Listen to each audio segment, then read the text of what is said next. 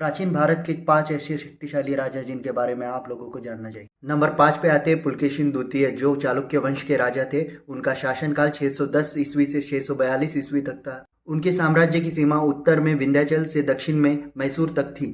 Number 4 पे आते हैं हर्यक वंश के राजा अजातशत्रु। इनका शासनकाल 512 बीसी से 461 बीसी तक था। उनके साम्राज्य की सीमा उत्तर में नेपाल तक, पश्चिम में पंजाब तक और पूरब में बंगाल तक जा पहुंची। नंबर 3 पे आते हैं मौर्य वंश के संस्थापक चंद्रगुप्त मौर्य। इनका शासनकाल 340 बीसी से 298 बीसी तक। इनकी सेना में 2 लाख पैदल सैनिक, 80,000 घोड़सवार और हजारों रथ और हाथी। नंबर 2 पर आते हैं चोल वंश के महान राजा राजराज चोलावन। इनका शासनकाल 947 से 1014 तक था।